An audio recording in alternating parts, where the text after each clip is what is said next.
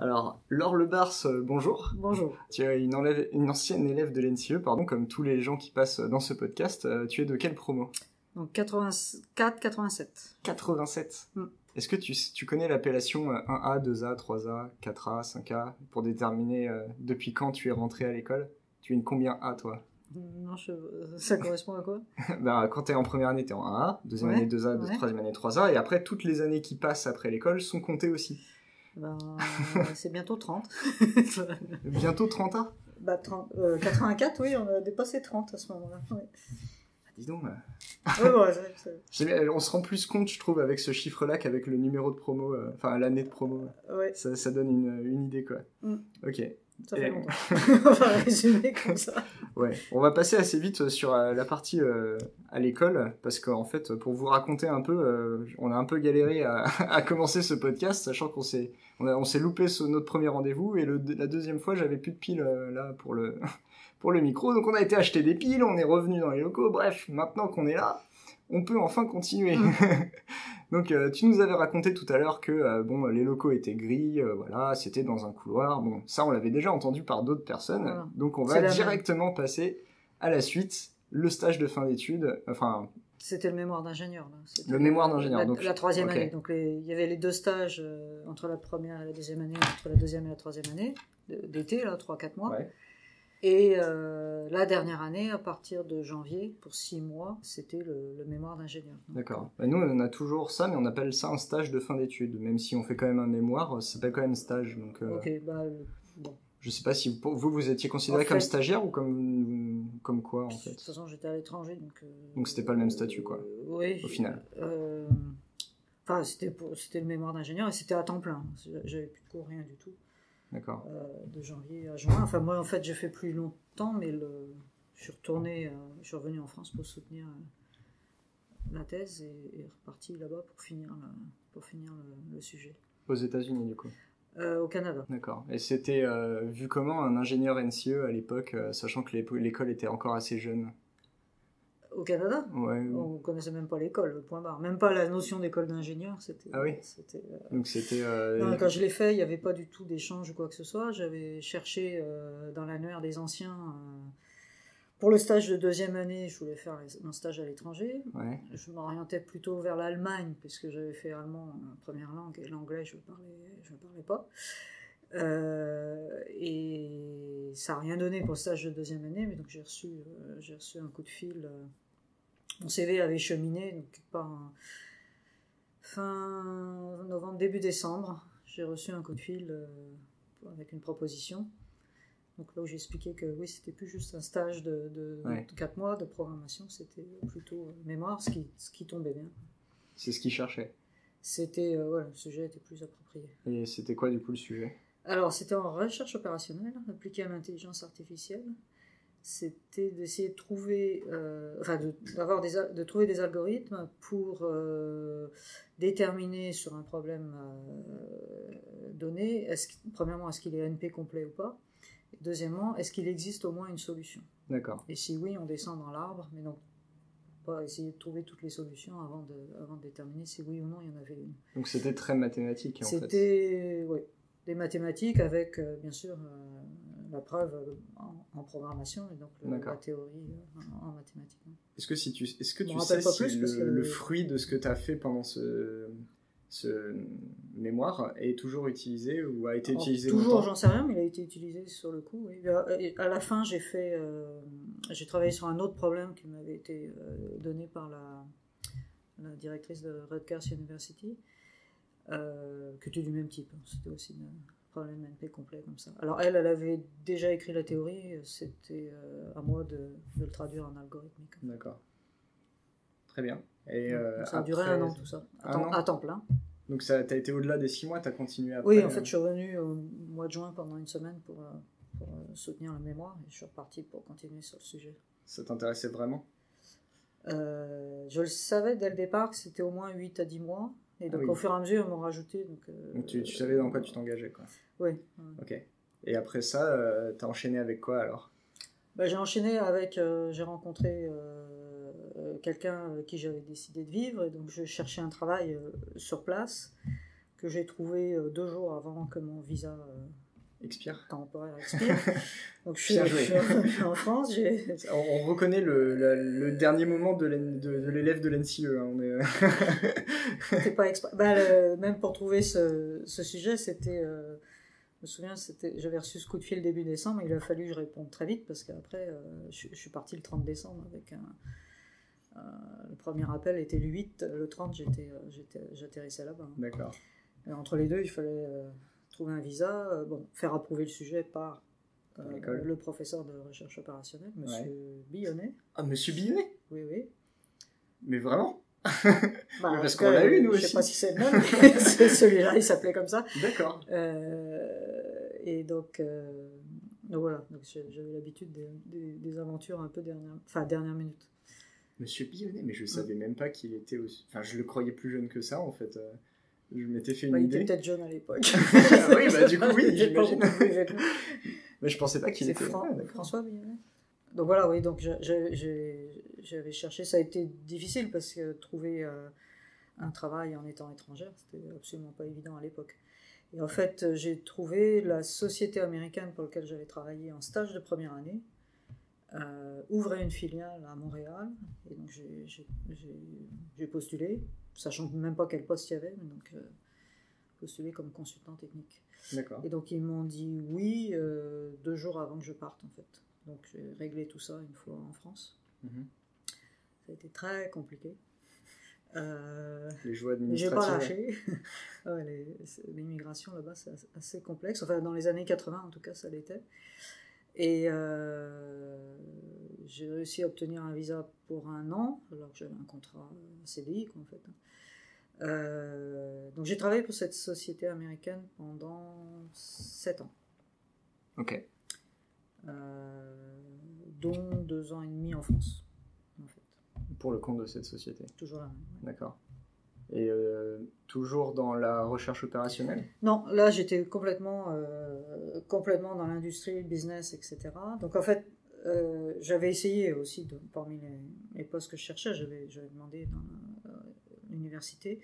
Le centre de recherche dans lequel je travaillais, groupe d'études et recherches en analyse des décisions, GERAD, c'était un centre conjoint entre HEC et l'École Polytechnique de Montréal, qui dépend de l'Université de Montréal.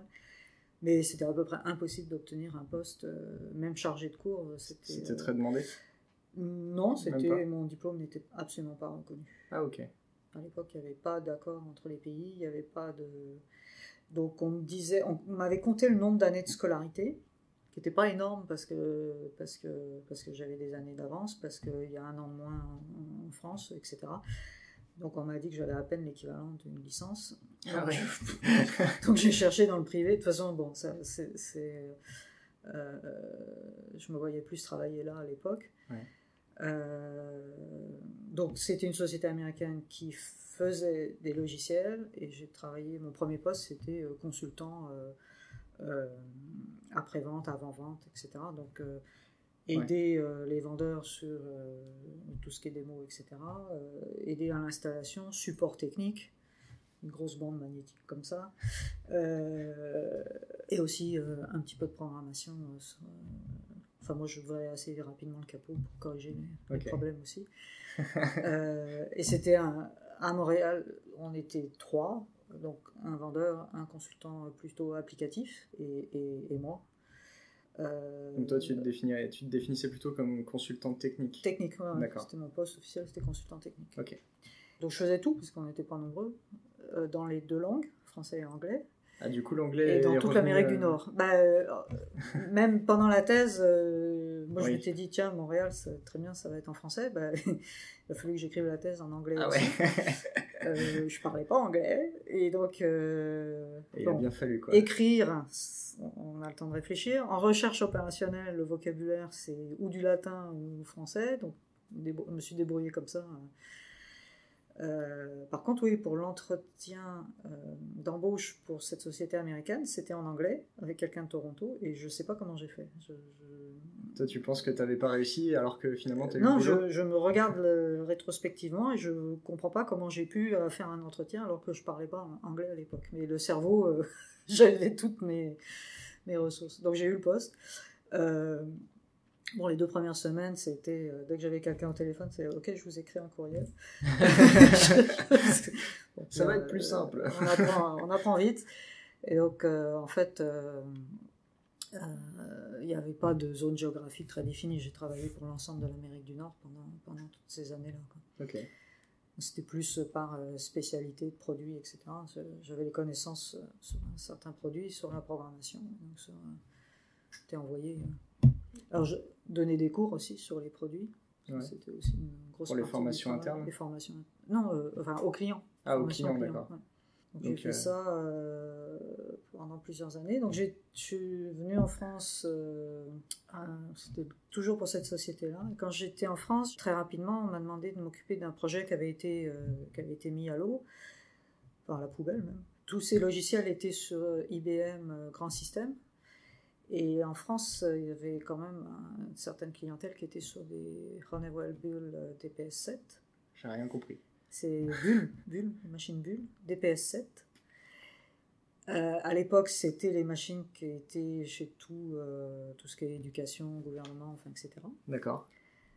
Et voilà. Donc, il y en a. Le problème, c'est qu'on ne pouvait pas juste dire OK, on met le logiciel sur ces machines-là, on transporte point barre.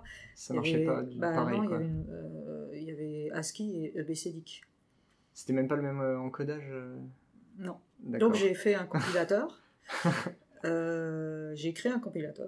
Donc, je me suis éclaté. Donc, les mains bien dans le cambouis. Pour là. Dépiler de l'IBM et rempiler finalement. Sur un autre système. Voilà. Donc j'ai fait ça pendant 2 ans, 3 ans. Ça devait être intéressant, ça, le compilateur. Intellectuellement, c'était hyper intéressant. Ouais. Surtout que j'écrivais un compilateur, donc avec une mentalité orientée objet, qui à l'époque, donc on était en 90. C'était jeune l'objet en 90 ? C'était pas... J'écrivais ça avec du COBOL dans les mains, parce qu'il n'y avait pas autre chose que COBOL. Tu faisais de l'objet en COBOL ? Eh ouais, c'est faisable. Respect. Non seulement de l'objet, mais un compilateur. Je suis fier de ça. J'avoue. Je sais pas si je le referai aujourd'hui, mais à l'époque, je l'ai fait. J'ai certifié à l'interne et j'ai certifié ISO 9001. Pour ceux qui connaissent pas, le COBOL, c'est un vieux langage qui est, je dirais que c'est la couche qui est vraiment même juste après l'assembleur, mais pas beaucoup loin au-dessus, quoi.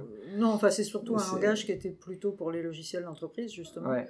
Il y a beaucoup de banques et d'assurances qui l'utilisent encore. On le connaissait quand même à l'époque, on n'apprenait pas avec ça, mais on le connaissait parce que la plupart des entreprises avaient ça. Enfin voilà, les années 70-80, c'était quasiment que ça. C'était pas du Fortran. Dans les entreprises, c'était pas du Fortran. Moi, j'ai un ami de mon âge qui fait du COBOL professionnellement, qui a étudié ça à l'IUT et qui en fait maintenant. Et à chaque fois qu'il dit qu'il a vraiment étudié du COBOL, il en a toujours. Il y a de moins en moins de monde qui le connaît. Mais à chaque fois qu'il dit qu'il a étudié pour faire du COBOL, les gens le prennent pour un fou, quoi. Alors à l'école, on avait eu juste la base. En nous disant, oui, vous allez le rencontrer en entreprise, donc il faut que vous l'appreniez, c'est sûr que... Il faut savoir que ça existe. Quoi. Avec Au moins. Mais j'ai appliqué tous ces cours de théorie de compilation, enfin, etc. Et donc ça a marché. Je suis retourné au Canada juste à la fin de ça. Juste par curiosité, le compilateur, t'as pris combien de temps à développer ? Développer, je ne sais pas dire, mais au total, ça a duré 2 ans et demi, plus ou moins. Enfin, c'était peut-être un peu moins, 2 ans. Du travail en continu. Mais incluant l'installation chez le client, les bugs. En incluant les tests, quoi. Tout, oui, c'est ça. Tout. Et puis aussi, après, j'avais fait la machine, la moulinette qui portait un programme d'une machine à une autre. Mais après, il fallait prendre tous ces programmes qui existaient sur IBM et les porter. Et oui, et les faire passer dans la moulinette. D'accord. Mais donc, et comme il n'y avait que toi qui connaissais la moulinette, c'est toi qui faisais passer. Non, j'ai formé une équipe quand même. Ouais, parce que sinon ça fait du boulot, quoi, tout seul. J'ai formé une équipe, donc j'avais quelqu'un de très technique qui connaissait très bien les machines bulles. J'avais quelqu'un d'autre aussi qui programmait. Il était plus exécutant qu'autre chose, mais enfin, il comprenait quand même bien ce qui se passait. Et des gens applicatifs qui testaient, etc. Donc là, venait plus... c'était au cas par cas. Là, c'est toi qui les avais recrutés ou c'était une équipe qui était déjà en interne C'est pas moi qui les avais recrutés. Enfin, ils étaient déjà à l'interne, mais je les ai recrutés pour moi. les deux vont ensemble. Voilà, c'est ça. C'était pas une question. Je veux dire, je ne les ai pas recrutés de zéro. Ouais. Ils étaient déjà dans la société. Mais tu les as choisis, quoi ? Oui. Si on peut dire ça. Très bien. Parce que, en fait, on avait déjà parlé un peu avant et tu m'avais dit que tu avais, à un moment dans ta vie, recruté énormément de gens. Ça, c'est après. Donc, je me demandais si c'était le début du recrutement. Non, là, on était encore une petite équipe. On tenait dans une grande salle. Voilà, donc ça a été jusqu'à la... Enfin, je disais, la certification interne qualité et aussi ISO 9001. Juste avant d'accoucher de ma deuxième fille. C'est un projet. J'ai fait du support de la maison pendant mon congé maternité. Ah ouais, t'as travaillé. Mais avant de partir, tout était transféré. L'équipe a repris. Transfert de compétences. Continuer à les aider au téléphone. Ok. Et voilà, quand je suis rentré de congé, ils avaient décidé de ne plus faire de développement en France. On m'a proposé d'aller en Belgique, mais là, il y avait seulement de l'analyse. Il n'y avait pas tellement de développement en tant que tel. Tout se passait à Atlanta ou à Boston. J'ai dit, bon, bah... Donc, j'ai quitté la Donc, tu as quitté cette entreprise. Ouais. Est-ce que tu as passé du temps à réfléchir à ta vie sans travail ou est-ce que tu as directement recherché un travail? J'ai tout de suite cherché un travail. Tout de suite. Ne serait-ce que pour des raisons financières. Ouais, c'était pas possible. Une famille. Ouais, c'est vrai. Et... Arrivé à ce moment-là, tu avais déjà des enfants Oui. Ouais. Ma deuxième était née déjà. La première est née au Canada. Ah oui. La deuxième est née... Effectivement, donc il fallait faire rentrer l'argent pour nourrir. Ouais. Et donc... Non, puis de toute façon, je ne concevais pas rester sans travailler, c'était pas... Ouais, mais on peut passer un peu de temps à chercher quand même, des fois. Bon, bref. Ça a été, au Canada, le retour, ça a été un peu plus long, parce que je n'ai pas voulu revenir dans la même société, ce qui voulait dire être consultant technique et voyager beaucoup, puisque là, avec la famille, ça devenait beaucoup plus difficile. Parce que le développement, les 3 ans, là, malgré que c'était très intense, c'était quand même assez sédentaire. D'accord. Ce qui est assez pratique quand on a une famille. Voilà. Donc là, je ne me voyais pas revenir consultant d'un bout à l'autre de l'Amérique avec de jeunes enfants. Puis, en plus, même intellectuellement, ça m'intéressait beaucoup moins. Quand on a fait un compilateur pendant 2-3 ans, réinstaller des bandes, c'était moins attrayant. Alors du coup, c'était quoi le boulot? Donc je cherchais, je voulais revenir plutôt au développement. J'ai cherché pendant un bout de temps, j'ai postulé à toutes les sociétés de l'époque que je connaissais, et puis je ne suis pas rentrée tout de suite chez SAP, parce que c'était aussi consultant technique, etc. Donc ça m'attirait moins.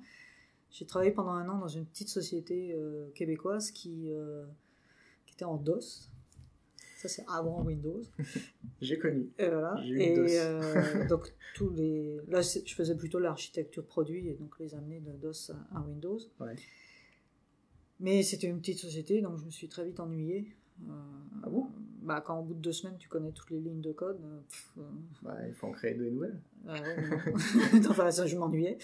En tout cas, tu n'avais pas une tâche qui était assez intéressante dans le cadre de cette petite société. Oui, mais enfin voilà, donc j'avais passé des entretiens avec SAP en 93, où là j'étais branché équipe de développement, etc. J'avais déjà exprimé l'idée, je dis à Montréal, on peut faire...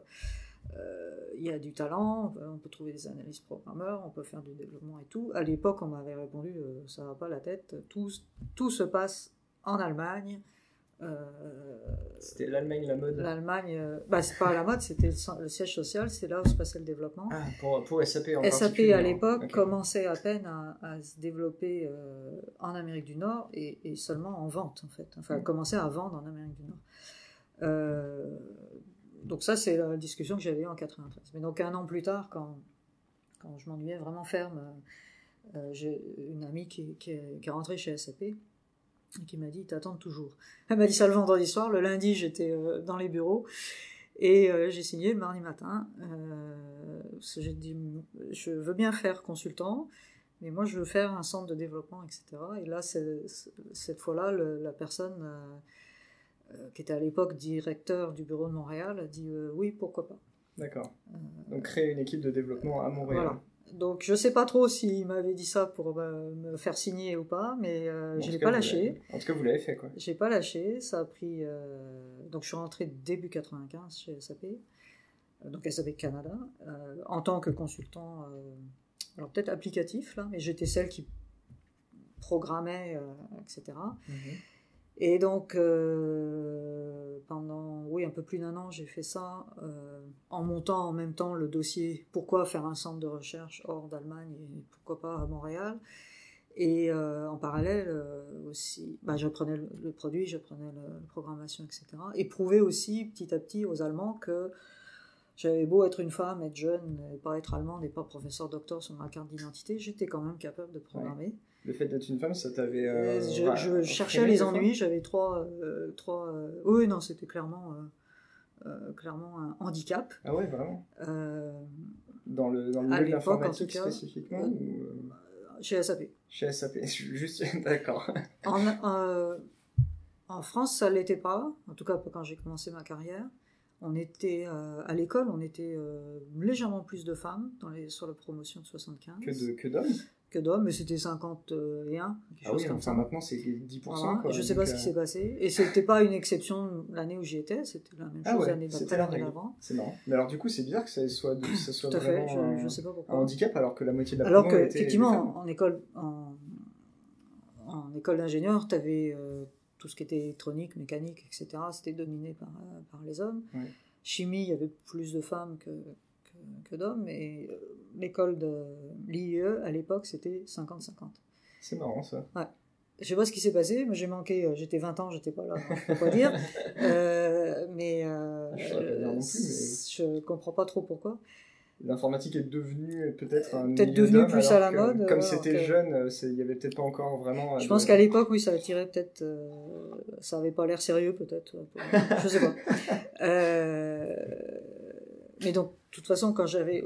les 2 ans que j'ai travaillé en France, c'était une société américaine, mais quand même, il y avait égale proportion au niveau cadre, au niveau... en Amérique du Nord, c'était assez différent. Au Canada, au Québec en particulier, c'était les femmes qui travaillaient et avaient des enfants étaient assez rares, qui envisageaient une carrière en informatique, c'était carrément rare, et en plus elles n'avaient pas de modèle, leur mère ne travaillait pas, c'était la première génération qui travaillait. D'accord. Jusque dans les années 70, les femmes québécoises ne travaillaient pas et produisaient 12 enfants dans leur vie. Bon, en soi, c'est un travail, mais bon, que tout le monde le fasse, c'est pas forcément c'est une pas règle. l'informatique. Donc c'était... Et toi, ça t'intéressait pas d'être une mère poule 12, non. 12 enfants.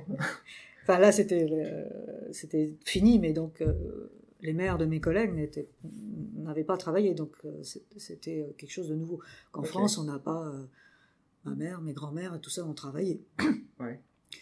Pas forcément dans l'informatique, mais de l'idée de travailler et d'avoir des enfants. Et pourquoi le Canada était comme ça, moins porté sur le travail des femmes catholique.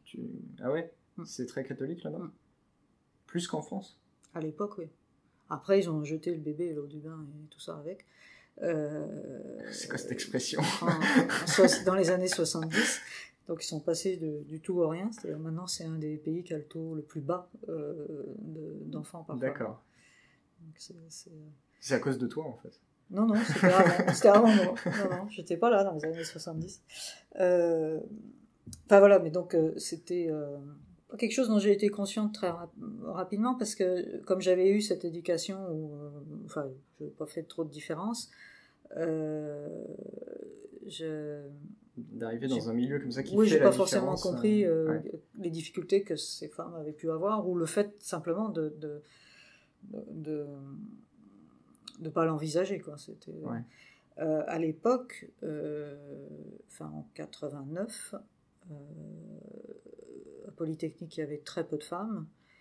L'école Polytechnique de Montréal, donc, qui n'est pas le même niveau qu'ici, mais qui est quand même une école, il y a une section informatique, il y avait très peu de femmes. C'était, alors que, c'est ça, moi je venais d'une école où il y avait 50-50. D'accord. Et d'ailleurs, oui, puis ça va rester, je crois.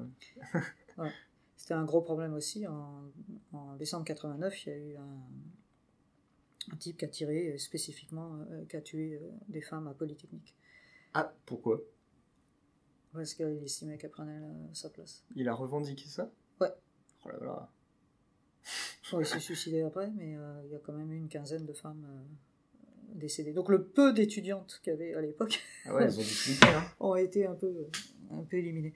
Enfin, voilà, juste pour dire l'ambiance un petit peu, c'est pas du tout la même société que celle qu'on vit ici. D'accord. Alors j'avais des collègues, je travaillais pour une société américaine des États-Unis, j'avais des collègues de Boston, de Chicago, etc. Donc ça c'était encore différent. Mais je pouvais très bien rencontrer, même quand j'étais chez SAP, donc dans les années 90, des femmes qui me disaient, des clients, qui me disaient qu'elles avaient interdiction d'être habillées en pantalon au bureau. Interdiction, genre... Sinon Renvoyées. Ah, d'accord. Eh ben, ça fait plaisir. On parle des années 80-90. Donc, c'est pas forcément des choses qu'on entend à la télé, mais c'était ça, C'était l'ambiance. L'ambiance, ouais. Ok. Enfin bon, c'était pas mon problème. Bah, c'est intéressant de le raconter, en tout cas. Oui, c'est une culture un peu comme ça, différente. Donc, effectivement, les 3 premières années que j'ai faites dans cette société américaine, où j'allais un peu partout, bon, j'ai été confrontée à tout ça, puis pour moi, c'était la première fois en Amérique du Nord. Ensuite, donc, j'ai passé ces 2 ans et demi en France, bon, un peu dans ma bulle compilation, là. Quand je suis retournée, donc 1 an pour une petite société québécoise, et ensuite pour une société allemande qui démarrait en Amérique du Nord. C'était encore... le marché démarrait à peine, on était... moi, je suis rentrée, j'étais numéro 3000 et quelques. Aujourd'hui, on est 78 000. Ah oui, d'accord. C'était le 3 millième employé, c'est ça que tu vas dire? Et quelques, ouais. Ok. Donc, c'était pas du tout... on n'était absolument pas connus en Amérique du Nord. C'était... on parle de SAP? SAP, ouais. C'était très très nouveau. Ça a décollé dans les années 90, effectivement. Quand je suis rentrée au bureau de Montréal, il y avait à peine 10 personnes au début. Et c'est là que tu as fait tous ces recrutements donc là, j'avais cette idée de faire un centre de recherche et développement. Ouais, on y revient, effectivement. En fait, je voulais créer l'entreprise, j'aurais aimé qu'elle existe quand j'ai commencé ma carrière, enfin qu'elle existe en Amérique du Nord, en tout le moins. C'est un résumé de ma vision, mais c'était un peu l'idée. L'idée aussi, c'était de dire, bon, ok, aujourd'hui, tout le développement se fait en Allemagne, enfin, aujourd'hui, en 95, tout le développement se fait en Allemagne, mais si on veut vraiment devenir une société internationale, il faudrait qu'il y ait d'autres têtes, parce que c'est des applications d'entreprise, donc ce n'est pas que du 0-1, c'est pas du 100% rationnel, il y a quand même beaucoup de culture là-dedans aussi. Donc moi, ma vision, c'était que au Canada, il y avait des gens aussi bien d'Amérique du Nord ou d'Europe ou d'Asie, donc des immigrés qui venaient avec toutes ces cultures-là, et qui donc pouvaient comprendre la culture européenne, comprendre la culture américaine, etc. Donc c'était un peu cette idée-là.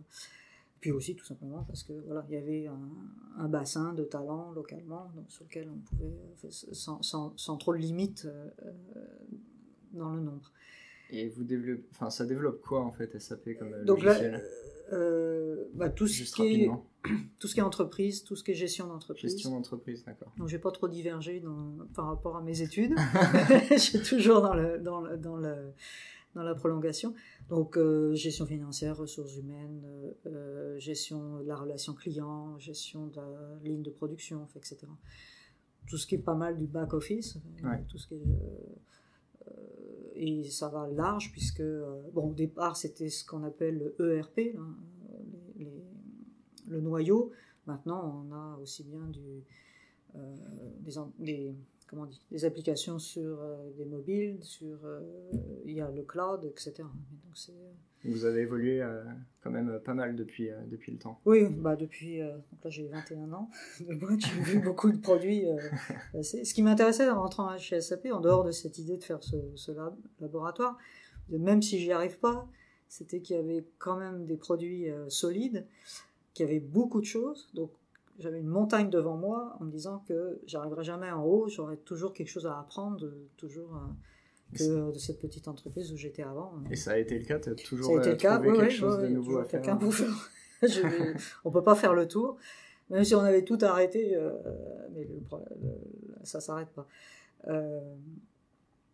Mais donc tu montes ton équipe de développement. Donc j'ai monté cette idée-là. En 96, donc celui qui m'avait embauché, qui était directeur de Montréal, quand il m'a embauché, était devenu directeur de l'ensemble de SAP Canada, avait une demande de développement spécifique pour le Canada de tout ce qui est ressources humaines, parce que la paye, etc., qui est donc spécifique à chaque pays. Ouais, pour s'adapter aux institutions de chaque pays. Ouais. En Allemagne, ils avaient une liste de pays longue comme ça, donc le Canada n'était pas la priorité, mais donc il y avait le problème de perdre des clients si on n'avait pas une solution complète. Donc j'ai fait ça, et c'était aussi un moyen de prouver, encore une fois, de prouver aux Allemands, de travailler là directement avec eux. Donc c'était assez amusant. Au début, je faisais mes petits changements, mais c'était eux qui appuyaient sur le bouton pour les rendre effectifs, jusqu'à ce qu'à un moment donné, ils se rendent compte que j'étais aussi bonne qu'eux. Donc après, j'avais le droit moi-même d'appuyer sur le petit bouton, le submit, là, l'équivalent. Et on travaillait, à l'époque, on travaillait tous dans le même système, globalement. On faisait un bout du produit, mais on était tous dans le même environnement, on travaillait dans le même système.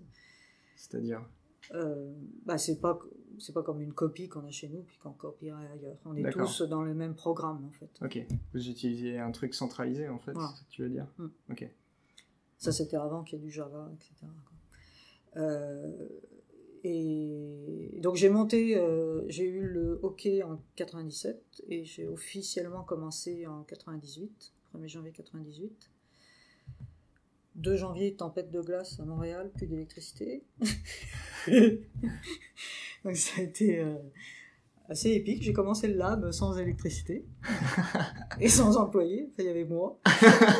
T'avais des locaux vides avec pas de lumière, on avait fait des entretiens avant, donc je savais qui je voulais recruter, mais on pouvait pas les faire commencer. C'était un peu... ça a duré longtemps? Ça a duré une semaine dans le centre de Montréal, mais donc... ça a été assez ça, c'est de l'anecdote. Tempête de glace. Bim. Tempête de glace, c'est-à-dire c'est pas de la neige qui tombait, c'est de la glace. Il y avait 10 cm de glace qui est tombée par-dessus de la neige qui avait commencé à fondre. Donc en fait, le problème, c'est qu'il faisait trop chaud. C'est-à-dire, s'il avait fait -20, c'était pas un problème. Il faisait 0, donc c'est la glace qui tombait. Bienvenue au Canada. Et 10 cm, donc il n'y a pas beaucoup de fils. Comme il n'y a pas de fils souterrains là-bas, c'est tout... des poteaux et des... Les poteaux, ouais. Et il n'y a pas beaucoup de poteaux contenus. Ah là là. Et du coup, ils ont dû prendre du temps pour remettre tout le réseau, etc. Ouais. Et toi, t'attendais pendant ce temps-là? Pas de chauffage, pas d'électricité. T'allais quand même travailler? Il n'y a pas d'école non plus. Il n'y avait pas de... pendant une semaine. Donc, j'allais au travail tant qu'il y a eu l'électricité au bureau. Puis aussi parce que j'emmenais les enfants avec moi pour qu'on ait un peu de chauffage pendant quelques heures. Ah ouais, carrément. Et un peu d'électricité pour rebrancher le laptop. Okay. J'avais un bon vieux fil de téléphone, donc le téléphone tenait. Et depuis, j'ai toujours chez moi un téléphone qui marche sans électricité, au cas où. Okay, ouais. J'ai un peu traumatisé. Donc voilà, ça c'est le début du lab. Donc on était assez rapidement une équipe de 5. On travaillait sur des choses un peu à la franche, c'est-à-dire des applications qui ne touchaient pas au cœur du produit. Après, une autre équipe en Allemagne m'a fait confiance, m'a donné un autre mandat, donc j'ai embauché d'autres personnes.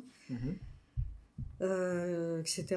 Courant, je me souviens plus trop, ça venait par saut, c'est-à-dire on était peut-être 10-12 et là j'ai eu 2 nouveaux mandats coup sur coup et là sur le cœur du produit et il fallait que j'embauche 100 personnes. D'un coup? Voilà. Enfin, 60 pour commencer, et ensuite... Et quand tu embauches 100 personnes, j'imagine que tu fais plus de 100 entretiens, du coup. Un peu, ouais. Et puis, j'en étais 12, et j'avais pas de ressources humaines, j'avais pas de... Enfin, etc. Donc t'es devenu RH, en fait. J'ai fait tout. Parce qu'en plus, en même temps, je faisais de la gestion de chantier, parce que j'avais trouvé un bureau. Parce qu'on pouvait pas rester... On était dans les locaux de la filiale de vente, mais à 12, on tenait, à 100, on tenait plus. Ouais. Ah oui, donc tu as dû en plus donc j'ai t'occuper trouvé des bureaux, des nouveaux locaux. Voilà. Donc j'ai fait de la gestion de chantier, j'ai fait aussi de la négociation avec les gouvernements fédéraux et provinciaux pour des crédits d'impôt, pour des programmes de crédit d'impôt. Ouais. Voilà. Mais tu as été une vraie chef Donc d'entreprise en tant qu'employé, oui, c'était en fait. l'intrapreneur. Là, Ouais. Intrapreneur, tiens, c'est marrant comme moi, je connaissais pas. Mais c'est effectivement comme c'est chef d'entreprise avec tout ce qu'il y a à faire en tant que PME. Mais sauf que tu es salarié. Sans s'angoisser à savoir comment je vais payer mes employés le lendemain. C'était l'avantage, c'était tous les avantages de la PME sans les désavantages. Et donc, en fait, c'est ça qui était intéressant aussi, c'est qu'il n'y avait pas comme une carte blanche, les yeux fermés. On avait un premier projet, on livrait en temps, en qualité. Donc là, les Allemands nous faisaient confiance, donc on nous confiait un deuxième projet, un peu plus gros, un peu plus au cœur, un peu plus intéressant. Et donc ça s'est bâti comme ça, vraiment sur des choses bien solides et sur une confiance mutuelle. D'accord. Après, en fait, en 98, le Labs à Palo Alto venait de commencer aussi. Le Lab quoi, pardon ? À Palo Alto, en Californie. Un laboratoire qui avait commencé juste avant moi, donc j'étais pas... toujours chez SAP. Toujours chez SAP. Okay. Donc cette idée de faire autre chose ailleurs qu'en Allemagne, ça commençait à cheminer. Aujourd'hui, tout le monde a oublié que c'était comme ça. Aujourd'hui, la majorité est à l'extérieur de l'Allemagne. SAP est aujourd'hui une société européenne et non plus allemande. Et voilà, les labs, il y en a vraiment partout dans le monde. Il y a eu la Chine, il y a l'Inde, etc. Quoi. Et toujours avec cette notion de ce qu'on appelait développement distribué à l'époque, mais vraiment que chacun de ces labs fait un morceau du gros ensemble, et non pas spécifiquement pour le marché local. Ça peut arriver, mais c'est pas la mission. Après, bon, quand il y a eu j'ai développé une équipe à partir des années 2000 sur les produits, ce qu'on appelait mobile business. Parce qu'à l'époque, personne en Allemagne voulait faire ça. Eux, ils voulaient faire que les gros trucs centraux et tout ça. Moi, j'ai dit, mais un jour, on aura besoin de ces petites bébêtes. Donc, c'était en 99-2000. Alors, il y avait quelqu'un en Allemagne qui était conscient que c'était intéressant, mais il était juste produit. Il nous connaissait pour un autre projet à Montréal, donc on a monté une équipe. J'ai monté une équipe là-dessus. Pour faire du développement mobile, si j'ai bien compris. D'applications sur des mobiles. D'accord. On fait jamais le matériel, on fait toujours le logiciel. Oui, bien sûr. Enfin, la plateforme et le logiciel. Et après, ce qu'on a développé à l'époque n'existe plus. Mais c'était quoi les mobiles à l'époque sur lesquels il y avait tout. Il y avait déjà des BlackBerry. Ouais. Canadien. Qui avait un écran assez large. Mais il y avait aussi, par exemple, Hydro-Québec. Hydro-Québec, c'est la compagnie provinciale d'électricité, donc l'équivalent d'EDF pour la province du Québec. Donc c'est Hydro, parce que 80% est hydroélectrique au Québec. Ok. Je savais pas ça. Ils ont leurs centrales sont dans le Grand Nord. Et donc, les lignes électriques viennent du Grand Nord. Ouais. De toute façon, même à Montréal, l'hiver, ça dure quand même 6 mois. Ces gens qui travaillent à l'extérieur, ils ont des appareils gros comme ça, avec des touches, parce qu'ils ont des gros gants. Des gros D'abord, téléphones c'est des vrais hommes avec des gros gants. pour les moufles, en fait. Voilà. Il faut qu'ils appuient sur des boutons. Donc, ça ne marche pas avec le petit truc électrique. Ouais, l'écran tactile, c'est pas la peine. Ça marche pas là-bas. Ou alors, il faut des moufles tactiles. De toute façon, à moins 40, le truc, il n'aime plus. Donc, voilà, mais c'est ce genre de matériel auquel on doit travailler. Et ça existe toujours. Hein. C'est pas parce qu'il y a des smartphones aujourd'hui qu'on a touché, nos clients, les entreprises, ont toutes sortes de périphériques, comme ça, sur lesquels on peut faire des applications. Bon, à l'époque, c'était nouveau. À l'époque, faire, je sais pas, un vendeur itinérant qui ait l'information sur un smartphone, ou c'est Nokia qui s'ouvrait comme ça avec un clavier. Avec un clapet et tout. Voilà. Genre c'était le futur quand on avait ça. des téléphones à clapet. Et je peux prouver, il y a un article de journal où j'avais dit, je crois que c'était en 99 ou 2000, un tout cassé, où j'ai dit oui, un jour on aura des codes sur une affiche publicitaire avec notre téléphone, on fera ça. Tout le monde a dit Ah, les QR codes. Et voilà, j'avais raison, ça s'appelait pas QR code, mais j'avais dit qu'un jour on pourrait passer devant une pub et avoir l'information avec ça. Donc, la visionnaire. on avait traité d'halluciner un petit peu, mais bon. Toujours un peu. Alors c'est sûr, bon, pour des grosses entreprises qui sont nos clients, ça peut avoir l'air du domaine du gadget, mais on travaille parfois sur d'autres choses. Voilà, donc cette équipe, on avait 3 gros groupes, donc tout ce qui était ce qui s'appelle retail, donc les produits vente au détail, ouais. Donc des solutions spécifiques pour tous les Carrefour et autres de ce monde, parce que c'est une grosse partie de notre clientèle.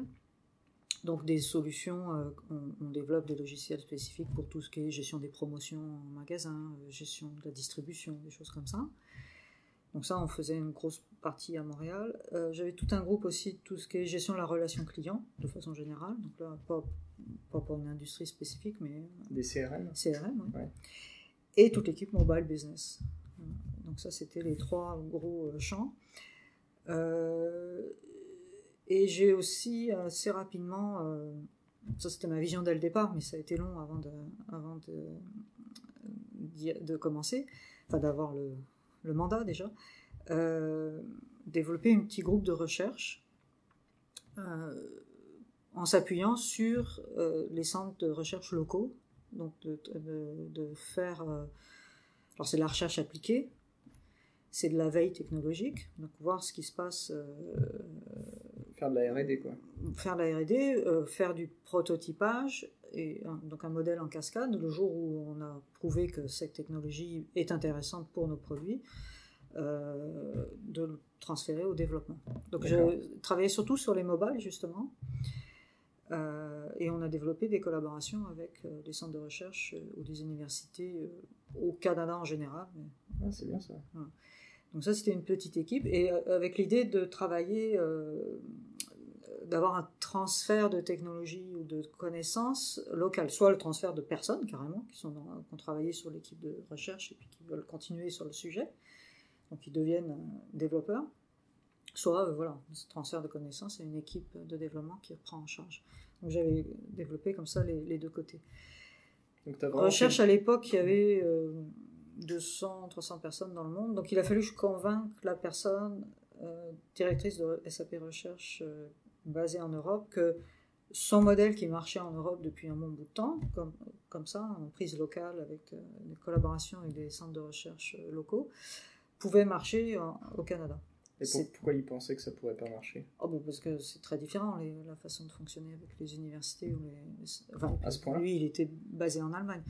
Non, c'est pas qu'il pensait pas que ça pouvait pas marcher, mais il fallait que je le convainque qu'il y avait un vrai écosystème, que ça valait le coup de fournir l'effort, qu'il y avait un vrai intérêt, qu'il y avait quelque chose localement qui n'existait peut-être pas ailleurs, et qu'on pouvait c'était un plus pour SAP. Donc il y a des choses comme... T'as fait que monter des équipes dans tous les sens, en fait. Oui. Bah là, une équipe, quoi. On était, quand j'ai quitté, il y avait entre 450 et 500 personnes, plus ou moins. Que tu avais recruté. Qui étaient là. Bon, il y a eu un peu de turnover entre les deux, donc il y a peut-être plus qui ont été recrutés, mais donc qui étaient physiquement à Montréal, dans le lab de Centre. Alors, j'avais aussi démarré... j'avais renégocié un nouveau programme à partir de 2006, qui pour 10 ans, donc même si j'étais plus, c'était un programme de crédit d'impôt avec le gouvernement. Et aussi monter aussi des équipes plus support, dans ce qu'on appelle support deuxième niveau, c'est-à-dire qu'il faut reprogrammer certaines choses dans le produit, etc. Comme le logiciel, ça vit toujours... Tout ce qui est back-office finalement, d'avoir un lab qui couvre de la recherche, du développement avancé, développement ingénierie standard, je dirais, et jusqu'à support et ce qu'on appelle support deuxième niveau, support et développement. Ok. Donc toute la chaîne complète, voilà, une chaîne complète. De l'idée au produit qui a besoin d'un débugage, quoi. L'équipe existe toujours, certainement changé, j'y suis pas retourné, mais c'est marrant ça. Du coup, tu as eu une influence assez forte au sein de SAP, on pourrait dire ça. Au moins au Canada, on dirait. Au Canada, oui. En fait, même, on était plus nombreux au lab que la partie vente et consultant. À l'époque, maintenant ça a changé. La direction de SAP Canada vente, filiale vente, c'était à Toronto.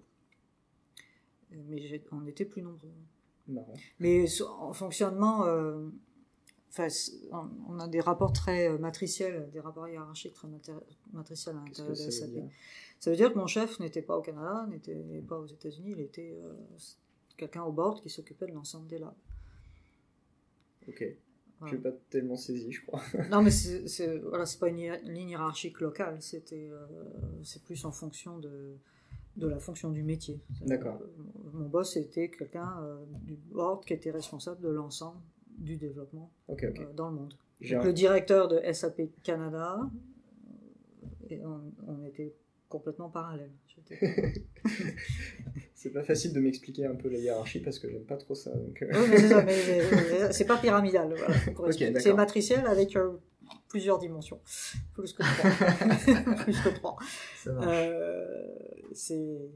Ça a toujours été comme ça. Et c'est pas perturbant, c'est en fait très utile parce que on peut. C'est vraiment une notion de travail en équipe et finalement, ce que j'ai beaucoup apprécié à l'époque, c'est, même si au départ c'était pas évident de convaincre, etc., mais une fois que la confiance est là... Une fois que tu as prouvé un peu ta capacité... J'ai pu vraiment réaliser ma vision, j'ai pu aller aussi loin que je pouvais aller. Si quelque chose a raté, c'était de ma faute, je veux dire. Je pouvais pas accuser quelqu'un d'autre de m'avoir mis des bâtons dans les roues. Enfin bon, après dans le détail, oui, on peut discuter, mais c'est ça que j'ai apprécié d'avoir... La responsabilité. Responsabilité. Ouais. Et je pense que de toute façon, j'aurais pas supporté d'avoir quelqu'un au-dessus de mon épaule ou d'avoir un plan de route, qu'on me dise voilà, tu fais comme ça. non, ça va pas du tout. C'est moi qui suis venu qui ai dit je veux faire ça. Elle dit ouais, ok. Je pense qu'ils n'étaient pas forcément convaincus, mais ça marchait. On donne ok. Ça a augmenté au fur et à mesure. Et là, quand je disais que j'obtenais des mandats, des projets et tout ça, c'était pas mon supérieur qui me le donnait, c'était quelqu'un en Allemagne qui voulait collaborer avec nous, travailler avec nous. Donc c'était un rapport comme un peu client. D'accord. Je crois que je comprends mieux ce que ça veut dire matriciel maintenant. Voilà. Et donc je devais rendre des comptes à plein de personnes sans avoir un boss au-dessus de moi. C'était des collaborateurs. Pour le projet retail, c'était un tel. Pour le projet CRM, c'était un autre. Pour le projet mobile business, c'était un autre. Pour l'ensemble du lab, voilà. Et j'ai eu en fait plusieurs cas où j'ai eu un boss. Je lui ai parlé une fois en 18 mois. Et c'était ton supérieur direct. Et ça, c'était mon supérieur direct. Et ça, les 10 minutes où je lui ai parlé, c'était ma revue de performance. Donc, et il a pu dire grand-chose sur ta performance. Voilà, c'était une chance que je savais ce que je faisais, parce que j'attendais pas qu'on me dise quoi faire. Mais c'est ça qui m'a plu, justement. L'autonomie, la responsabilité, vraiment le... Moi aujourd'hui, ça, c'est aussi... je pouvais bâtir, tu vois. C'est aussi ce qui me plaît, mais je le retrouve peu dans les grandes entreprises et plus dans les petites entreprises maintenant, ça. C'est peut-être une idée que je me fais ou juste l'expérience que j'ai. Je pense que ça dépend vraiment des entreprises, mais quand tu commences l'expérience que j'ai aujourd'hui. Et que tu es vraiment jeune, une petite entreprise va beaucoup plus facilement te donner une responsabilité et une autonomie, quoi. Ça dépend. Je pense que ça dépend plus de... Enfin, oui, bien sûr, il y a des entreprises qui ont plus ou moins la culture. De mon expérience personnelle, mais je veux dire. Je pense pas que c'est une question de taille. Je pense pas que c'est une question de taille. C'est une question vraiment de mentalité. Et de rencontrer les bonnes personnes aussi. Ouais. Celui qui m'a fait confiance, le premier, il n'avait pas trop compris ce que je faisais. Il n'était pas technique du tout. Mais il s'est dit, bon... elle a l'air de savoir ce qu'elle fait. Je pense qu'il s'est dit ça, je présume. Donc c'est pas les villes grandes entreprises et les gentilles petites entreprises, c'est les gentils patrons qui t'écoutent et qui te laissent faire quand ils sentent que tu sais ce que tu fais, quoi. Ouais. Ok. Et je pense que c'était un critère d'embauche à l'époque, enfin de m'embaucher, c'était cette créativité, vision, etc. De pas dire bon bah voilà, il y a un poste, je postule, je réponds à tel critère et voilà, je rentre dans la petite boîte. Ok. D'ailleurs, rétrospectivement, si je regarde l'ensemble de ma carrière, à chaque fois que j'ai essayé de répondre à une annonce et puis un poste prédéfini, ça n'a pas marché. Ouais. Tout ce que j'ai fait, c'est des choses que j'ai définies moi-même. Donc, j'ai jamais fait de start-up. J'ai toujours été employée. T'es une intrapreneuse. Mais c'était ma feuille de route, ma définition, ma vision. Alors, je ne dis pas qu'il n'y avait pas de contraintes, hein, mais c'était des contraintes, je dirais, raisonnables, de budget ou de choses comme ça. Mais Puis il y avait les avantages qui allaient aussi avec, comme tu disais, ne pas être stressé par le chiffre d'affaires global de la boîte, par exemple. Bon, c'est sûr que si mon projet ne marchait pas, on n'allait pas me faire confiance éternellement. Donc, quand même, mais c'est effectivement cet esprit PME, cet esprit start-up, mais dans une grosse structure. C'est pas mal, c'est intéressant. Ouais. Et tu dirais que ça se fait toujours maintenant chez SAP Ça a changé un peu. Je fais un peu toujours ce que je veux aujourd'hui. Mais pour de nouveaux arrivants, je veux dire. Imaginons qu'un élève de l'NCE sorte de l'école et vienne chez SAP avec aussi comme ça un an à peine d'expérience et une vision. Je pense que ça dépend des groupes. Mais je pense que c'est pas quelque chose qui a changé non plus entre hier et aujourd'hui. Ça dépend des personnes qu'on rencontre. C'est toujours dépendant de l'humain, quoi. Je pense que quelqu'un qui est motivé, qui est dynamique, qui est créatif, inventif, il va y arriver. Après, tout le monde n'est pas comme ça. Hein. On a besoin aussi de gens qui... comment dire sans être insultant. Qui exécutent. Non, mais voilà, il faut aussi des bons exécutants. Oui. Il y a la place pour tout le monde. Hein. C'est pas un problème. Est-ce que je peux reposer une question un peu précise qui fait un peu revenir au niveau de l'école? C'est quel est le premier truc que tu as appris sur le tas que tu aurais aimé apprendre à l'école, que tu penses qu'on aurait pu enseigner à l'école? Ça ne me vient pas à l'esprit trop. Ce que j'apprécie justement dans l'enseignement que j'ai reçu, et ça c'est l'ensemble, maths sup, maths p, école d'ingénieur, tout ce que j'ai appris est toujours utile aujourd'hui, enfin jusqu'à là, l'informatique quantique, mais juste avant ça, il n'y a rien au niveau technologique qui est complètement nouveau et qui soit difficile d'abord. On a toutes les bases, et mathématiques et informatiques, pour aborder toute nouvelle technologie qui existe. Je ne me suis jamais sentie désarçonnée ou complètement béate devant, encore une fois, jusqu'à l'informatique quantique, devant toute cette nouvelle technologie. On a tous les outils, on a la méthode de pensée, d'apprentissage, pour aborder ces nouvelles choses. Ouais, je suis d'accord. Et les comprendre d'ensemble. Et ça m'a servi tout le temps, pour la technique. Et ensuite, tout ce qui est... Et là, ça faisait un gros différentiel en Amérique du Nord. Je ne peux pas trop dire ici, parce que ça fait pas longtemps que je suis en France, mais tout le tiers, là, donc il y avait un tiers maths, un tiers informatique, un tiers organisation d'entreprise, gestion, etc. Tout ça m'a servi parce que ça va faire un budget, comprendre le droit. Alors même si techniquement le droit des affaires que j'ai appris concernant le droit français, le concept, voilà, je pouvais aborder ça, pas spécialiste du tout, mais au moins je pouvais dialoguer avec des gens de cet ordre-là. Et aussi tout ce qui est ressources humaines, etc. Et ce côté management d'équipe, management de projet. Ouais. Alors management de projet, je dirais c'est plus de la technique, mais management d'équipe. T'as appris ça à l'école, le management d'équipe? Pour partie. Là, il y avait peut-être une Dans les projets conseils, partie qui est difficile. Ça s'enseigne pas vraiment. Il y a toute cette partie être un bon leader. Je sais pas si ça s'enseigne ça, mais c'est. En tout cas, ça s'essaye quoi. Voilà. Et là où on l'a pas, on le développe. Ouais, ça faut s'entraîner quoi. C'est comme tout. Il faut l'aimer. Si on n'aime pas, c'est pas intéressant. Et alors là, c'est difficile de différencier qu'est-ce qui vient de mon éducation, de l'enseignement, versus qu'est-ce qui est ma personnalité. Ouais. Mais je me suis jamais sentie gênée ou ignare, en tout cas, pour toute cette partie management de la plus petite équipe, quand j'ai commencé avec mes 5, etc., jusqu'à gérer un groupe de 500 personnes. Bah, tant mieux, hein. Ça t'a bien servi. Et d'avoir comment dire, cette combinaison de gérer des gens, des humains, des collègues, et aussi toute la partie avoir une stratégie, avoir une vision, avoir un plan à court terme, à long terme, etc.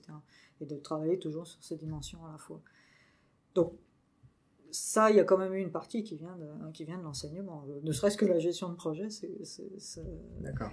Bon, après, je te dis, c'est difficile, mais je voyais quand même par rapport à des gens qui étaient très intelligents, qui avaient fait une formation purement nord-américaine, donc qui avaient fait analyse, programmation, etc., donc qui étaient très bons techniquement, mais qui n'avaient aucune notion de... Alors, peut-être de gestion de projet, gestion de qualité, ça, on le trouvait encore, mais tout ce qui est gestion d'équipe, gestion d'entreprise, pas du tout. Ils étaient très spécialisés, quoi. Voilà, et ça, donc c'est pour ça que tous les Nord-Américains vont travailler, et ensuite, s'ils veulent se diriger vers du management plus haut niveau, vont suivre un MBA. Un diplôme ? C'est un diplôme, donc c'est du management, donc c'est plutôt business, ouais. Et c'est ça qui manque un peu en Amérique du Nord, c'est-à-dire soit on fait de l'informatique, on fait de la technique à l'université. Ouais. Un MBA, c'est un peu comme une école de commerce. Enfin, c'est un master, mais c'est En fait, ils n'ont pas la même notion de l'ingénieur multicasquette qu'en France, c'est ça. Ce qui s'appelle ingénieur là-bas, c'est ce qu'on appelle, nous, technicien supérieur. Ouais. Là aussi où je me suis rendu compte aussi de cette différence. J'ai mis du temps à comprendre au début. Alors, quand tu me présentais en tant qu'ingénieur, je crois que personne n'avait exactement la même idée que moi en tête quand je le disais en anglais. Quoi. Pire que ça, moi, on m'a dit que je n'avais pas le droit de m'appeler ingénieur puisque je n'étais pas inscrit à l'ordre des ingénieurs du Canada. Pour lequel il aurait fallu que je paye et que je repasse des examens. Oh, c'est mort ça. Donc j'ai dit non, merci, bonjour. Les examens, au revoir. J'estimais que j'avais largement le niveau et que j'avais pas, travaillant dans le privé, tu n'avais plus rien à prouver en fait. Voilà. Mais donc j'ai eu interdiction d'utiliser le mot ingénieur sur ma carte d'affaires. Si ça vous fait plaisir. Du coup, c'était quoi l'intitulé correspondant à ingénieur en anglais en Amérique du Nord? L'ingénieur français, en fait, comment il s'appelle en anglais? Il n'y en a pas. Il n'y a aucun équivalent. Il y a pas de... Non, c'est des gens qui vont avoir un master et qui vont compléter par cette partie business, gestion MBA. Ok. MBA. Et je me suis rendu compte qu'effectivement, j'avais ça déjà. J'avais pas besoin de ça. Ce qui n'est pas évident, parce que j'avais pas le titre, j'avais pas le diplôme local. Tu savais que tu pouvais. Mais j'avais les compétences. Et alors, bien sûr, il y a eu soit des MBA, soit des formations dans toutes les entreprises américaines. Donc la première pour laquelle j'ai travaillé, et ensuite SAP quand la filiale était assez grosse, organise des cours de management, des cours de... Plus on monte dans la hiérarchie, j'y suis allée, j'ai suivi ça. De toute façon, ça fait jamais de mal de se le redire, de raborder le sujet, de voir aussi le côté nord-américain. Et puis, en plus, on est avec ses collègues, etc. Donc, c'est toujours bon de se remettre en question. Mais j'ai rien appris en tant que tel. Ouais, il n'y avait rien de neuf, quoi. Il n'y avait rien j'ai découvert quoi que ce soit. Ok. Donc ça, c'est un atout des études d'ingénieurs en général en France et l'IE en particulier. D'accord. C'est un très bon atout, moi, je trouve. C'est vrai que c'est assez unique. Et effectivement, il ne faut pas avoir peur parce que on dit tu n'as pas le droit d'être ingénieur, en nombre d'années, tu as l'équivalent peut-être d'une licence. Bon, ok. faut être conscient de ses valeurs, de ce qu'on est capable de faire. Alors là, pour le coup, d'être dans une boîte allemande m'a aidé un peu, parce que il y avait ce mélange un peu Amérique du Nord et Europe. J'avais vis-à-vis des Allemands, ils connaissaient un peu mieux. Ils connaissaient un peu mieux. Ouais. Malgré que j'étais pas professeur docteur sur ma carte d'identité. Ça c'est les Allemands. Professeur Lebas. Mais on a tout ce qu'il faut on a tous les atouts. Et ce que j'avais entendu, donc, de dire stage de première année, stage de deuxième année, vous allez faire le métier de ce que vous allez diriger plus tard, c'est vrai. Je n'ai pas fait chef de projet au lendemain de sortir de l'école. Mais voilà, il faut faire l'analyse programmation pour après diriger des projets de ce type-là. Est-ce qu'on peut conclure avec un dernier truc parce que ça fait... Alors, il y a une chose que j'ai oubliée, c'est que... Tu veux encore ajouter quelque chose? Bah oui, parce que j'en suis quand même fière. Ah bah vas-y. Parce qu'à un moment donné, dans tout ce lab, je sais plus, on était rendu à 200 ou 300. Donc on avait tous les directeurs de labs, tous les directeurs généraux des labs dans le monde, on se réunissait régulièrement avec le board. Et à un moment donné, ils ont dit on devrait faire... faire un lab, ça devenait plus naturel. On va en faire un d'application en Europe centrale ou de l'Est. Donc j'ai levé la main, voulant participer à l'analyse. En tant que directrice générale d'un lab au Canada, je voulais apporter mon expérience. Je voulais aussi que ce ne soit pas le directeur des ventes de je ne sais quel pays qui crie plus fort que les autres. Et voilà. Et donc je voulais qu'on fasse quelque chose de rationnel, qu'on définisse les critères. Et sur la base de ces critères, qu'on choisisse quel pays. Et comme on n'est jamais mieux servi que par soi-même. Et je t'ai proposé. J'avais appris le russe, donc je me suis dit, tiens, ça va être rigolo d'être tombé dans un pays slave. Et donc j'ai fait toute cette étude. J'ai sélectionné 4 pays. Et c'est le deuxième qui a été choisi, et c'était la Hongrie. Seul pays à langue non slave, à langue complètement... et assez rapidement, on m'a demandé de m'en occuper. Du lab de Hongrie. De Hongrie, de monter le lab en Hongrie. Donc, j'ai dit, bah ouais, mais il faut que j'embauche 100 ou 200 personnes au Canada, puis accessoirement, j'ai une famille. Donc, voilà. J'ai pas voulu quitter tout de suite le Canada, j'ai pas voulu être 100% en Hongrie. Ce que j'ai voulu, j'ai dit, ok, pour aider à le monter, mais on trouve quelqu'un de local, hongrois si possible, que je vais coacher, que je vais former, et voilà. Et qui sera le directeur du lab? Qui sera le directeur du lab. C'est ce qui s'est passé. Et donc en fait, pendant 2 ans et demi, j'ai continué à diriger et à faire grossir le lab à Montréal. Donc ça, c'était 2005, 2006, 2007.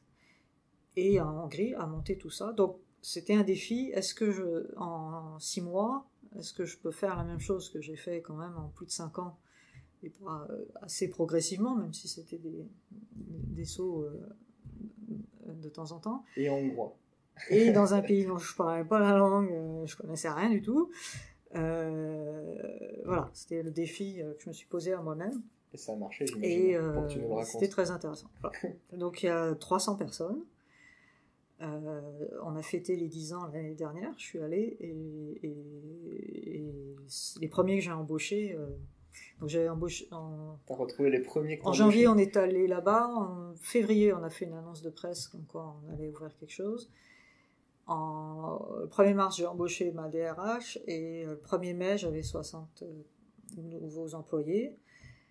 Mais là, j'avais des directeurs de développement qui venaient d'Allemagne pour 2 ans. Ouais. Donc j'avais pas à m'occuper de gérer les équipes. Et 1er juillet, 50 autres, 1er septembre, encore 50, et 1er juillet, inauguration officielle avec le PDG de SAP et le Premier ministre de l'époque. Avec la fanfare et tout. Avec coupage de ruban, 40 degrés à l'ombre. Coupage de ruban. Voilà, pose de première pierre. Et j'ai fait de la gestion de chantier en hongrois, s'il vous plaît. C'était costaud. Donc du coup, tu as appris le hongrois dans toute cette aventure. Question de survie. Et tu sais parler le hongrois maintenant? J'ai un peu oublié, mais à l'époque, oui. T'as pas trop pratiqué, mais sur le moment, tu savais. Ah ouais, bah, t'étais obligé. Je faisais mes exercices dans l'avion. Parce que j'étais une semaine à Montréal et une semaine en Hongrie. Ok. Donc toi, t'es parti de je connais pas l'anglais, je monte un truc à Montréal, puis je connais pas le hongrois et je monte un truc anglais. Donc quand j'ai monté à Montréal, je parlais anglais. J'avais déjà... Ah oui, t'avais déjà fait... Oui, pardon. j'avais quand même déjà 7 ans de boîte américaine, donc j'avais Ok, commencé... donc ma comparaison je s'écroule parlais anglais ici. américain. Voilà, non, mais bon, quand même, ouais. Oui, puis c'était un défi, c'est comme, est-ce que je peux apprendre une langue... Ouais. Et une culture aussi, asiatique, mais c'est un peu l'instinct de survie qui a primé là. Je voulais comprendre ce que je mangeais, ce que j'achetais dans le supermarché, et aussi un petit peu de faire un pas un peu vers voilà, qu'on n'ait pas le gros panzer allemand qui arrive en embauche, de montrer que on va dans l'autre sens. Un effort. Donc le travail se faisait en anglais et en allemand, c'était essentiellement dans ces deux langues. Mais à midi, je parlais en hongrois. À la pause et au supermarché, pas le choix. Ouais. Et j'ai fait mon discours en hongrois. Un discours pour l'inauguration et le ruban coupé, c'est ça? Oui. J'ai bien révisé avant, j'ai bien préparé, mais j'ai compris tout ce que je comprenais tout ce que je disais. C'est toi qui l'avais écrit pas réussi. J'avais écrit avec mon professeur. D'accord. Je m'étais trouvé à Montréal un professeur de hongrois. Donc voilà, donc ça j'en suis fière aussi parce que c'était quand même un sacré défi. Ça existe toujours, alors même le bâtiment, donc je fais trouver des nouveaux locaux, etc. J'ai fait la même chose mais très très compressé. Hein. Et, dans le temps Dans le temps, oui. Ouais. Tous les bureaux de SAP Hongrie ont déménagé maintenant dans ce local-là. Montréal, même chose. Considérer que ce que j'avais négocié, ce que j'avais fait était la meilleure solution à long terme. Et oui, puis quand je suis retournée l'année dernière, les premiers employés étaient tout contents de me voir et très fiers. J'avais retrouvé mon discours, le brouillon de mon discours, on l'a épluché, on a rigolé dessus. Et voilà, ça c'était aussi très très intéressant parce que j'imagine. Là c'était encore de l'entrepreneuriat en fait. Ouais, alors, avec cette fois-ci un mandat officiel du board, etc., là, j'étais pas à contre-courant, un petit peu dans mon coin, à définir moi-même la stratégie. Vite, on allait beaucoup plus vite. Ouais. Quand t'as le soutien. Ouais.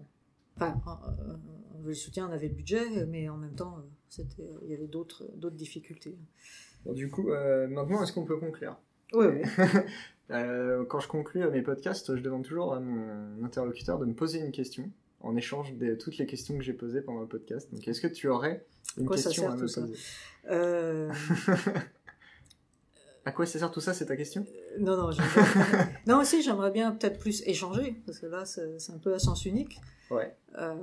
C'est pour ça que j'essaye de peut-être rencontrer des gens et parler directement, répondre à leurs questions directement, voir comment est-ce que je peux... peut-être pas inspiré, mais une question pour moi, hein, je vais dire. Ouais, mais c'est ça. Mais c'est pas une question, ça. C'est un souhait.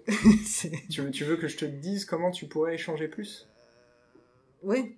Enfin, à quoi je pourrais servir, en gros. Je pense que tu es assez forte pour trouver toi-même ta propre utilité, apparemment. Non, mais vis-à-vis de l'IE, enfin, comment... Est-ce que déjà participer parmi les étudiants actuels, parmi ceux peut-être que... Je pense que tous les ans il y a des demandes des gens qui trouvent pas de stage ou même des gens qui cherchent tout simplement des stages. Du coup, si travailler sous la tutelle de Laure Lubars, c'est aussi intéressant que ça en a l'air. J'ai plus d'équipe aujourd'hui. ça on n'a pas. Tu peux faire ça. On a oublié depuis 2010, je suis dans SAP Recherche en France, basé en France, mais travaillant pour l'ensemble de l'Europe. Je travaille sur des projets européens, mais j'ai plus d'équipe du tout. J'ai viré du tout au tout. J'ai plus de bureau, plus d'équipe. T'as plus personne à... J'avais 2 bureaux, 2 pays. Mais tu peux pas prendre un stagiaire même pour t'assister dans d'autres trucs? Non, j'ai pas de... Okay. Je travaille avec des partenaires. Donc, sinon, il y a toujours donner des cours à l'école. Hein, ça peut être intéressant. Je pense que tu as pas mal de trucs à raconter. Quand je suis pas en voyage. Oui, non. Enfin, peut-être pas des cours, mais au moins... des conférences, quoi, je veux dire. Parler, oui. Ouais. Ça, je l'avais fait à un moment donné, quand je passais en France de temps en temps en tant que SAP, j'en avais fait une fois ou deux. Je ne sais plus te dire le sujet. Faire des conférences. Conférence, c'est un grand mot, mais parler devant des gens, une conférence. Pendant une heure ou deux. C'est basique au final. Ok. Faire des conférences à l'école, je pense que c'est une bonne idée, surtout quand tu as un parcours aussi atypique. qui va vraiment toucher à plein de trucs, atypique. autre chose que de l'informatique. Je suis toujours dans le logiciel d'entreprise. Oui, j'utilise toutes les compétences. Ça tourne toujours autour de l'informatique. Je suis quand même relativement dans la droite ligne de ce qui est prévu. Atypique, je sais pas. Ce que je veux dire, c'est que t'es allé loin, quoi. C'est ça, t'as fait des choses qui sont à grande échelle. Ouais. Et on a plein de jeunes étudiants qui se demandent qu'est-ce que ça implique d'être dans une grande entreprise, de gérer 150 personnes ou recruter 100 personnes. Enfin, c'est aussi pour ça que je fais ces podcasts, c'est pour un peu introduire des réponses à ça via les retours d'expérience des gens, mais je pense que des conférences directement données par les anciens élèves seraient beaucoup plus directes et beaucoup plus efficaces. Donc on peut diriger 700 personnes, pardon. 700 le chiffre exact 450, 500, plus 300 de l'autre côté. On peut diriger 700 personnes quand on sort de l'ENSI. Sur 2 continents différents, voilà. Voilà, donc je pense qu'il y a des trucs intéressants à raconter. Après, il y a aussi un boulot de ta part à faire, j'imagine, quand tu fais ce genre de conférence, à choisir un sujet et à trouver quelque chose de vraiment intéressant, à tourner bien autour, trouver tous les angles à aborder. J'avoue que je n'ai jamais vraiment fait de conférence personnellement, donc je ne sais pas comment ça se passe. Ça ou autre chose, ça peut être plutôt des échanges individuels. C'est sûr que je voyage beaucoup, là. C'est pas forcément facile. Ne serait-ce que pour, comme tu te disais, donner un modèle, un exemple aux gens qui veulent faire quelque chose de leur vie, notamment aux femmes, j'ai envie de dire. Oui. Ne serait-ce que pour montrer que c'est possible, que ça a été fait il y a longtemps, que maintenant vous n'avez plus aucune excuse, allez-y. C'est ça, c'est comme si je l'ai fait il y a 30 ans. C'est une motivation, tu vois. Oui, tout à fait. Et ouais, c'est ça. Dire c'est possible, voilà. Dire c'est. Je veux pas tout fait parfait, mais justement, de partager l'expérience. Et voilà, aujourd'hui, mon dernier dada, j'aime bien en parler, ça m'occupe 5% de mon temps, on va dire. Là, je suis quand même sur ces projets européens, SAP président, mais sur ce qui s'appelle les partenariats publics-privés avec la Commission européenne, etc. Donc là, c'est plus de la coordination complète, donc pas d'équipe, pas de responsabilité, on va dire. Enfin, quand même, la responsabilité de la réputation de SAP, quand même. Ouais. C'est encore plus difficile, d'ailleurs, parce qu'on n'a aucun pouvoir. Sur cette réputation, ouais. Non, on a pouvoir sur des gens... sur les gens qui tu parles. Voilà. Enfin, sur les collègues. Mais il faut livrer quand même. Il faut faire ce travail-là sans aucun... T'es quand même responsable du projet, mais tu n'as aucune influence directe sur les gens qui font le projet, voilà. C'est ça ? D'accord. Il faut que j'aille chercher des gens un peu à droite à gauche qui vont travailler sur différents projets. C'est plus de la coordination. Ouais. Mais j'ai pas de pouvoir hiérarchique sur ces gens-là. D'accord. Donc c'est encore plus difficile que de diriger un gros groupe. Ouais. Enfin, difficile. Parce que t'as pas la main directement sur les choses. Je peux pas dire, alors tu me fais ça pour demain. C'est comme...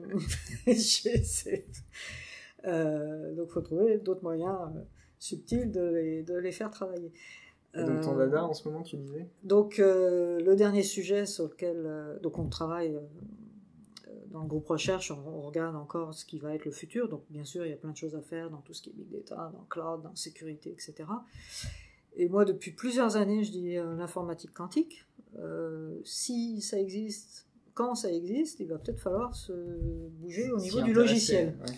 Et ça fait un bon 5 ans, enfin, oui, depuis que je suis en France, que je répète, qu'on se moque de moi à l'interne, qu'on me dit, oui, enfin voilà, c'est comme la plaisanterie, le bars quantique. Elle va nous sortir ça à chaque fois, nouveau sujet, elle va nous le sortir. Et là, j'ai sorti, et pour une fois, j'ai eu un accueil, et, ah oui, pourquoi pas. Donc, je me suis engouffrée là-dedans.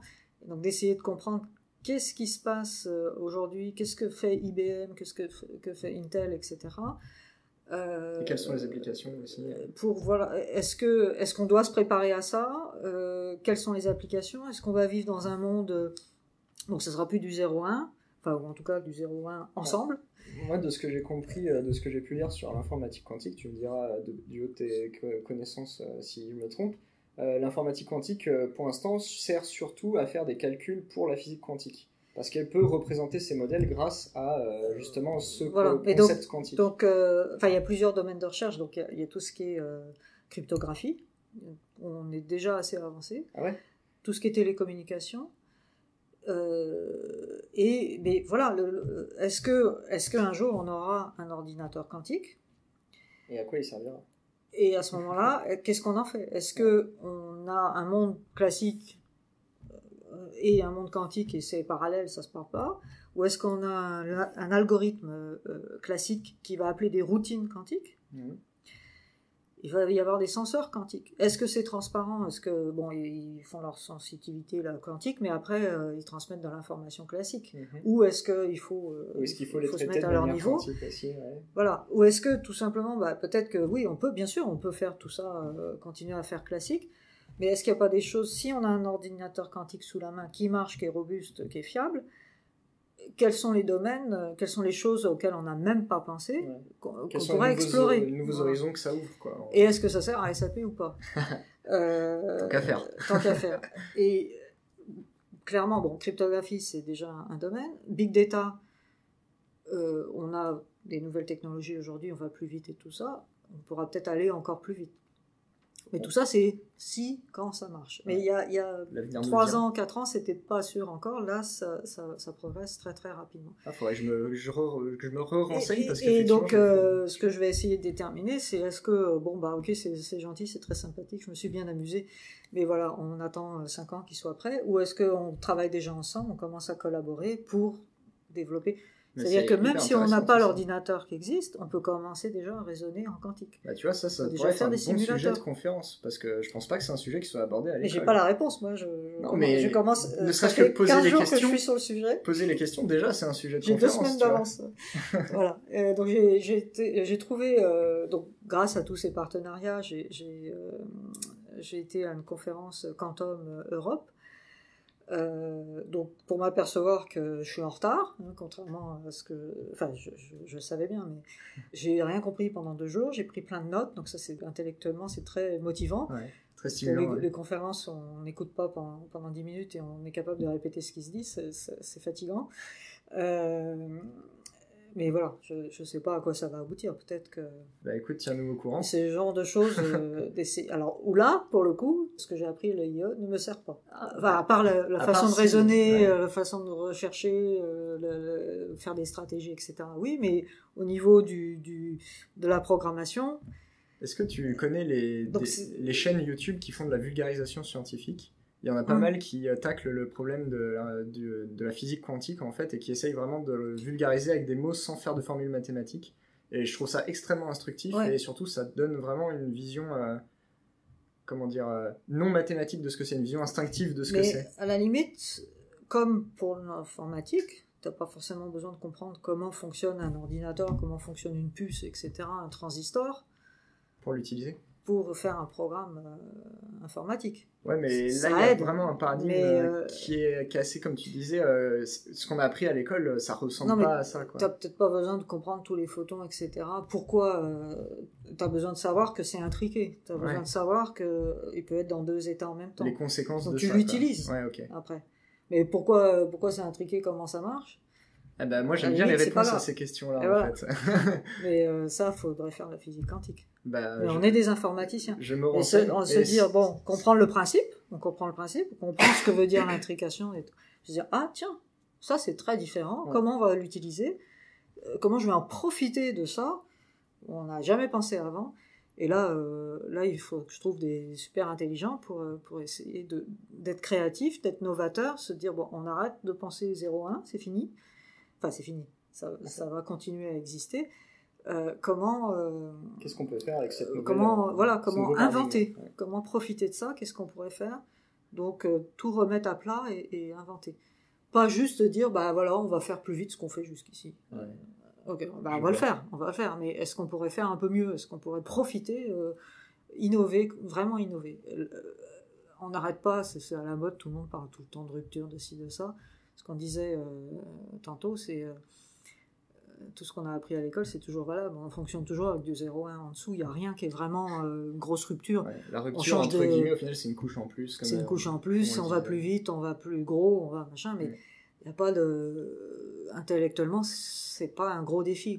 Il y a toujours les mêmes bases, en tout cas. Voilà. Que dans le quantique, à mon avis. Là, on touche à la base. Et là, il n'y a pas grand monde qui va être capable. J'espère que ça va m'occuper avant ma retraite. Eh bien, très bien. La retraite à faire de l'informatique quantique. Écoute, on s'arrête là. Ça fait un moment qu'on parle et je te dis merci. La pile fonctionne toujours. Oui, la pile fonctionne toujours. C'est bon, on n'a pas besoin d'aller en racheter. Merci Laure Lebin, c'est pour ton témoignage Merci. et pour tout ça. Et puis à la prochaine pour tous les auditeurs. Ouais.